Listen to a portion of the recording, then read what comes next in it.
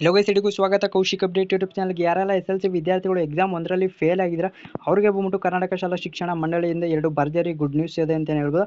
ಅದ್ರ ಜೊತೆಗೆ ನಿಮಗೆ ಎಕ್ಸಾಮ್ 2ಗೆ ಯಾರೆಲ್ಲ ಅಪ್ಲೈ ಮಾಡ್ಬೇಕಂದಿದ್ದೀರಾ ಅವ್ರಿಗೆ ಬಂದ್ಬಿಟ್ಟು ಕೊನೆಯ ದಿನಾಂಕ ಯಾವಾಗಿರುತ್ತೆ ಮತ್ತು ಸ್ಟಾರ್ಟಿಂಗ್ ಡೇಟ್ ಯಾವಾಗಿರುತ್ತೆ, ಮತ್ತು ತುಂಬ ಜನ ವಿದ್ಯಾರ್ಥಿಗಳು ಇಂಪ್ರೂವ್ಮೆಂಟ್ಗೆ ಎಕ್ಸಾಮ್ನ ಬರೀಬೇಕು ಅಂದ್ಕೊಂಡಿರ್ತೀರ. ಅವ್ರಿಗೆ ಬಂದ್ಬಿಟ್ಟು ನಿಮಗೆ ಒಂದು ಸಬ್ಜೆಕ್ಟಿಗೆ ಫೀಸ್ ಎಷ್ಟಿರುತ್ತೆ ಅಂತ ಈ ಒಂದು ವಿಡಿಯೋದಲ್ಲಿ ತಿಳಿಸ್ಕೊಡ್ತೀನಿ. ಚಾನಲ್ನ ಇನ್ನೂ ಸಬ್ಸ್ಕ್ರೈಬ್ ಮಾಡಿಲ್ಲ ಅಂದರೆ ಸಬ್ಸ್ಕ್ರೈಬ್ ಮಾಡ್ಕೊಳ್ಳಿ, ಹಾಗೆ ವಿಡಿಯೋಗೆ ಒಂದು ಲೈಕ್ನ ಮಾಡ್ಕೊಳ್ಳಿ. ಬನ್ನಿ ವಿಡಿಯೋನ ಶುರು ಮಾಡೋಣ. ಇದು ಬಂದ್ಬಿಟ್ಟು ಸ್ಕ್ರೀನಲ್ಲಿ ನೋಡ್ಬೋದು ನೀವು. ಕರ್ನಾಟಕ ಶಾಲಾ ಶಿಕ್ಷಣ ಮಂಡಳಿಯವರು ಒಂದು ಸುತ್ತೋಲೆನ ಬಿಟ್ಟಿದ್ದಾರೆ. ಇದರಲ್ಲಿ ಬಂದ್ಬಿಟ್ಟು ನಿಮಗೆ ಇಂಪ್ರೂವ್ಮೆಂಟ್ಗೆ ಯಾರೆಲ್ಲ ಎಕ್ಸಾಮ್ನ ಬರೀತೀರಾ ಅವ್ರಿಗೆ ಫೀಸ್ ಇರುತ್ತೆ, ಮತ್ತು ಎಷ್ಟು ಫೀಸ್ ಇರುತ್ತೆ, ಮತ್ತು ನಾಟ್ ಕಂಪ್ಲೀಟೆಡ್ ಅಂತ, ಮತ್ತು ಅಂದರೆ ಎಕ್ಸಾಮ್ ಒಂದರಲ್ಲಿ ಯಾರೆಲ್ಲ ಫೇಲ್ ಆಗಿರ್ತೀರ ವಿದ್ಯಾರ್ಥಿಗಳು ಅವ್ರಿಗೆ ಬಂದ್ಬಿಟ್ಟು ನಿಮಗೆ ಫೀಸ್ ಇರುತ್ತಾ ಇಲ್ವಾ ಅಂತ ಕೇಳೋದಾದರೆ ನಿಮಗೆ ಬಂದ್ಬಿಟ್ಟು ಒಂದು ಗುಡ್ ನ್ಯೂಸ್ ಏನಪ್ಪ ಅಂದರೆ SSLC ವಿದ್ಯಾರ್ಥಿಗಳು ಯಾರೆಲ್ಲ NC ಅಂತ ತೊಗೊಂಡಿದ್ದೀರಾ ಅವ್ರಿಗೆ ಬಂದ್ಬಿಟ್ಟು ಈ ವರ್ಷ ಬಂದ್ಬಿಟ್ಟು ಎಕ್ಸಾಮ್ 2ಗೆ ಅಪ್ಲೈ ಮಾಡ್ಬೇಕಂದ್ರೆ ನಿಮಗೆ ಯಾವುದೇ ಒಂದು ಫೀಸ್ ಅನ್ನೋದು ಇರೋದಿಲ್ಲ.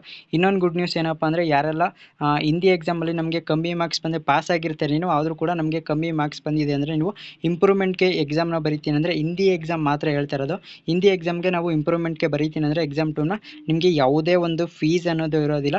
ಹಿಂದಿ ಎಕ್ಸಾಮ್ನ ಬಿಟ್ಬಿಟ್ಟು ನೀವು ಮಾಮೂಲಿ ಬರೀತೀನಿ ಅಂದರೆ ಇನ್ನು ಕನ್ನಡ, ಇಂಗ್ಲೀಷ್ ಇವೆಲ್ಲ ಇರುತ್ತಲ್ವ, ಸೈನ್ಸು, ಸೋಷಿಯಲ್ ಸೈನ್ಸ್ ಇವೆಲ್ಲ ಇರುತ್ತಲ್ವ, ಇವಕ್ಕೆ ಬಂದ್ಬಿಟ್ಟು ನಿಮಗೆ ಫೀಸ್ ಅನ್ನೋದು ಇರುತ್ತೆ. ಸೊ ಇಲ್ಲಿ ನೋಡ್ಬೋದು ನೀವು ಇಲ್ಲಿ ಒಂದು ವಿಷಯಕ್ಕೆ ಬಂದ್ಬಿಟ್ಟು ನಿಮಗೆ 448 ರೂಪಾಯಿ ಇರುತ್ತೆ, ಮತ್ತು 2 ವಿಷಯಕ್ಕೆ ಬಂದ್ಬಿಟ್ಟು 559 ರೂಪಾಯಿ ಇರುತ್ತೆ. ಇನ್ನು 3 ಅಥವಾ 3ಕ್ಕಿಂತ ಮೇಲ್ಪಟ್ಟು 4-5 ಸಬ್ಜೆಕ್ಟ್ಗಳಿಗೆ ಬಂದ್ಬಿಟ್ಟು 757 ರೂಪಾಯಿ ಇರುತ್ತೆ. ಇಲ್ಲಿ ನೋಡ್ಬೋದು ನೀವು ಇಲ್ಲಿ ನಾನು ಆಗಲೇ ಹೇಳ್ದಂಗೆ ನೀವು ಯಾರೆಲ್ಲ ಎಕ್ಸಾಮ್ ಒಂದರಲ್ಲಿ NC ಅಂತ ತೊಗೊಂಡಿದ್ದೀರಾ ಅವ್ರಿಗೆ ಬಂದ್ಬಿಟ್ಟು ನಿಮಗೆ ಯಾವುದೇ ಒಂದು ಫೀಸ್ ಅನ್ನೋದು ಇರೋದಿಲ್ಲ. ಎಕ್ಸಾಮ್ 2ಗೆ ಅಪ್ಲೈ ಮಾಡಬೇಕಂದ್ರೆ ಯಾವುದೇ ಒಂದು ಫೀಸ್ ಅನ್ನೋದು ಇರೋದಿಲ್ಲ, ಫ್ರೀ ಇರುತ್ತೆ. ನೆಕ್ಸ್ಟ್ ಬಂದ್ಬಿಟ್ಟು ಹಿಂದಿ ಎಕ್ಸಾಮ್ಗೆ ಬಂದ್ಬಿಟ್ಟು ಯಾರೆಲ್ಲ ಇಂಪ್ರೂವ್ಮೆಂಟ್ಗೆ ಬರೀತೀನಿ ಅಂದರೆ ಅವ್ರಿಗೆ ಬಂದ್ಬಿಟ್ಟು ನಿಮಗೆ ಯಾವುದೇ ಒಂದು ಫೀಸ್ ಅನ್ನೋದು ಇರೋದಿಲ್ಲ. ಇಂಪ್ರೂವ್ಮೆಂಟ್ಗೆ ಎಕ್ಸಾಮ್ನ ಬರ್ಬಿಟ್ಟು ನೀವು ಹಿಂದಿ ಎಕ್ಸಾಮಲ್ಲಿ ಬಂದ್ಬಿಟ್ಟು ನೀವು ಜಾಸ್ತಿ ಮಾರ್ಕ್ಸ್ನ ತೆಗಿಬೋದು. ಮತ್ತು ಇಲ್ಲಿ ಇನ್ನೊಂದು ಕೂಡ ಮೆನ್ಷನ್ ಮಾಡಿದ್ದಾರೆ ನೋಡ್ಬೋದು ನೀವು ಇಲ್ಲಿ 2025 SLC ಪರೀಕ್ಷೆ ಪೂರ್ಣಗೊಳಿಸಿ ನಾಟ್ ಕಂಪ್ಲೀಟೆಡ್ ಯಾರೆಲ್ಲ ಎಕ್ಸಾಮ್ ಒಂದರಲ್ಲಿ ಫೇಲ್ ಆಗಿದ್ದಾರೆ ಅವ್ರಿಗೆ ಬಂದ್ಬಿಟ್ಟು ಪರೀಕ್ಷೆ ನೋಂದಾಯಿಸಿಕೊಂಡು ಗೈರು ಹಾಜರಾಗಿರುವ ಹಾಗೂ ಫಲಿತಾಂಶ ಉತ್ತಮಪಡಿಸಿಕೊಳ್ಳಲು ಅಭ್ಯರ್ಥಿಗಳು ಶಾಲಾ ಮುಖ್ಯೋಪಾಧ್ಯಾಯ ಮಂಡಳಿ ಅಂದರೆ ಕರ್ನಾಟಕ ಅಫಿಷಿಯಲ್ ವೆಬ್ಸೈಟ್ ಇದೆ ಅವ್ರದ್ದು, ಜಾಲತಾಣದ ಮೂಲಕ ಪರೀಕ್ಷೆ 2ಕ್ಕೆ ನೋಂದಣಿ ಮಾಡುವುದು ಅಂತ ಕೊಟ್ಟಿದ್ದಾರೆ. ಪರೀಕ್ಷೆ 1ಕ್ಕೆ ಯಾರೆಲ್ಲ ವಿದ್ಯಾರ್ಥಿಗಳು ಗೈರು ಹಾಜರಾಗಿದ್ದಾರೆ ಅಂದರೆ ಏನೋ ಒಂದು ನಾವು ಎಕ್ಸಾಮ್ಗೆ ಬರಲಿಲ್ಲ ಅನ್ನೋರು ಎಕ್ಸಾಮ್ 2ಗೆ ನೀವು ಅಪ್ಲೈನ ಮಾಡ್ಕೊಳ್ಬೋದು. ಮಾಮೂಲಿ ನಿಮಗೆ ವೆಬ್ಸೈಟಲ್ಲೇ ಬಂದ್ಬಿಟ್ಟು ನೀವು ಆನ್ಲೈನಲ್ಲಿ ಅಪ್ಲೈನ ಮಾಡ್ಬೋದು. ಎಕ್ಸಾಮ್ 2ಗೆ ಬಂದ್ಬಿಟ್ಟು ಇಲ್ಲಿ ಕೊಟ್ಟಿದ್ದಾರೆ ನೋಡಿ, ನೀವು ಎಕ್ಸಾಮ್ 2ಗೆ ಅಪ್ಲೈನ ಮಾಡಿದಾಗ ನೀವು ಎಂಟರ್ ಯುವರ್ ರಿಜಿಸ್ಟ್ರೇಷನ್ ನಂಬರ್ ಅಂತ ಅಲ್ಲಿ ಶೋ ಆಗುತ್ತೆ. ಇನ್ನೂ ಆಯ್ಕೆ ದೊರಕುತ್ತದೆ. ಆಯ್ಕೆಯಲ್ಲಿ ವಿದ್ಯಾರ್ಥಿಗಳು ನೋಂದಣಿ ಸಂಖ್ಯೆಯನ್ನು ನಮೂದು ಮಾಡಲು ಅವಕಾಶ ನೀಡಲಾಗಿದೆ. ಪರೀಕ್ಷೆ ನೋಂದಾಯಿಸಿಕೊಳ್ಳಲು ವಿದ್ಯಾರ್ಥಿಯು ನೋಂದಣಿ ಸಂಖ್ಯೆಯನ್ನು ನಮೂದು ಮಾಡಿ ಸಬ್ಮಿಟ್ ಕೊಟ್ಟಾಗ ನೀವು ಆ ಒಂದು ರಿಜಿಸ್ಟರ್ ನಂಬರ್ ಏನು ಹಾಲ್ ಟಿಕೆಟಲ್ಲಿ ಇರುತ್ತೆ ಅದನ್ನು ಸಬ್ಮಿಟ್ನ ಮಾಡಿದಾಗ ನಿಮಗೆ ವಿದ್ಯಾರ್ಥಿಯ ವಿವರಗಳು, ಅವರ ನಿಮ್ಮ ತಂದೆ ತಾಯಿ ಹೆಸರು ಮತ್ತು ಮಾಧ್ಯಮ ದೈಹಿಕ ಸ್ಥಿತಿ, ಜನ್ಮ ದಿನಾಂಕ ಎಲ್ಲ ಕೂಡ ಅಲ್ಲಿ ಶೋ ಆಗುತ್ತೆ, ತೆಗೆದುಕೊಳ್ಳಲಾಗುತ್ತೆ. ಪುನರಾವರ್ತಿತ ಅಭ್ಯರ್ಥಿಗಳು ಇವುಗಳಲ್ಲಿ ಯಾವುದೇ ಬದಲಾವಣೆ ಅವಕಾಶವಿರುವುದಿಲ್ಲ. ಫಲಿತಾಂಶ ಉತ್ತಮಪಡಿಸಿಕೊಳ್ಳಲು ವಿದ್ಯಾರ್ಥಿಗಳು ತಾವು ಇಚ್ಛಿಸುವ ವಿಷಯಗಳ ಪರೀಕ್ಷೆ ಬರೆಯಲು ವಿಷಯಗಳನ್ನು ಆಯ್ಕೆ ಮಾಡಿಕೊಳ್ಳಲು ಅವಕಾಶವಿರುತ್ತದೆ ಅಂತ ಕೊಟ್ಟಿದ್ದಾರೆ. ಸೊ ಫೈನಲ್ ಆಗಿ ಹೇಳ್ಬೇಕಂದ್ರೆ ನಿಮಗೆ ಹಿಂದಿ ಎಕ್ಸಾಮ್ಗೆ ಬಂದ್ಬಿಟ್ಟು ಯಾವುದೇ ಒಂದು ಫೀಸ್ ಅನ್ನೋದು ಇರೋದಿಲ್ಲ ಇಂಪ್ರೂವ್ಮೆಂಟ್ಗೆ ಬರೀತೀನಿ ಅಂದರೆ.